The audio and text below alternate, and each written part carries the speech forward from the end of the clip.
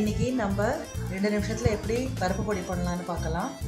இதுக்கு நம்மளுக்கு 2 கப்பு 2 இல்லை 1.5 கப்பு பொட்டுக்கடலை வேணும். அப்புறம் 3 மிளகா, 1/2 டீஸ்பூன் மிளகு, 1/2 டீஸ்பூன் ஜீரகம், கொஞ்சம் உப்பு, அப்புறம் கொஞ்சோண்டு பெருங்காயம். இவ்வளோதான் இதுக்கு வேண்டிய பொருள். இப்போது நம்ம எப்படி இது பண்ணலான்னு பார்க்கலாம். இதை வெறும் வானலியில் எண்ணெய் விடாமல் ட்ரை ரோஸ்ட் பண்ணிக்கணும். ரொம்ப வறுக்க வேண்டாம், லேசாக வறுத்தா போதும். வறுத்த பொட்டுக்கடலை, மிளகா ரெண்டுத்தையும் மிக்ஸி ஜாரில் ட்ரான்ஸ்ஃபர் பண்ணிக்கோங்க. அதோட நம்ம ஜீரகம், மிளகு, உப்பு எவ்வளோ வேணுமோ அவ்வளோ போட்டுக்கோங்க.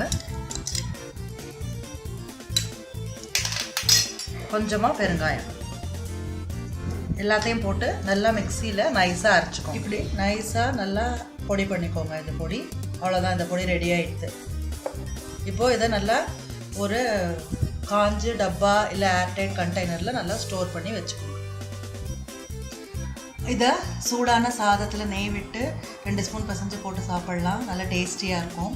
நம்ம டயர்டாக வீட்டுக்கு வரும்போது இது மாதிரி ரெடியாக இருந்தால் பொடி ஈஸியாக இருக்கும் குக்கிங் நம்மளுக்கு. நம்ம ட்ராவல் வெளியில் ஊருக்கெல்லாம் போயிட்டு வந்தால் கூட இது 2 நிமிஷத்தில் ப்ரிப்பேர் பண்ணி நம்ம ஈஸியாக சமையலை முடிச்சிடலாம். ஒரு அப்பளமோ இல்லை வடாமோ பொரிச்சு போட்டுட்டா சமையல் ரெடி. அவ்வளோதான், ரொம்ப ஈஸியான இது.